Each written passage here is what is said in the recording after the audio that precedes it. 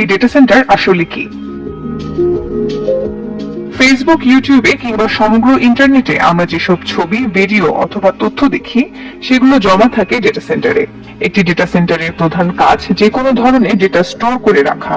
এই ডেটাগুলো ইন্টারনেট ব্যবহারকারীরা সেখানে অ্যাড, ডিলিট কিংবা এডিট করতে পারেন। আবার রিকোয়েস্ট অনুযায়ী সেসব তথ্য যে কোনো সময় দেখতেও পারেন। ডেটা সেন্টারের সবচেয়ে সহজ উদাহরণ হলো গুগল ড্রাইভ কিংবা ক্লাউড, যেখানে একজন গ্রাহক নিজের পছন্দ মতো তথ্য সংরক্ষণ করে রাখতে পারেন, যা গুগলের ডেটা সেন্টারে জমা হয়ে থাকে। একটি ডেটা সেন্টার সচল রাখার জন্য প্রচুর বৈদ্যুতিক শক্তির প্রয়োজন হয়, যা থেকে প্রচুর পরিমাণে তাপ নির্গত হয়, যার ফলে কুলিং সিস্টেমের মাধ্যমে ডেটা সেন্টারকে ঠান্ডা রাখতে হয়। এছাড়াও ডেটা সেন্টারগুলো এমন একটি স্থানে স্থাপন করতে হবে যেখানে মানবসৃষ্ট দুর্যোগ কিংবা প্রাকৃতিক দুর্যোগের প্রবণতা কম থাকবে। একই সঙ্গে কঠোর নিরাপত্তা ও নজরদারির মধ্যে রাখতে হবে।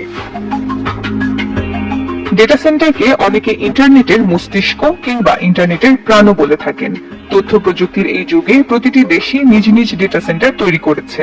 বর্তমানে বাংলাদেশে 6টি ডেটা সেন্টার রয়েছে, 5টি ঢাকায় অবস্থিত, আরেকটি বন্দর নগরী চট্টগ্রামে।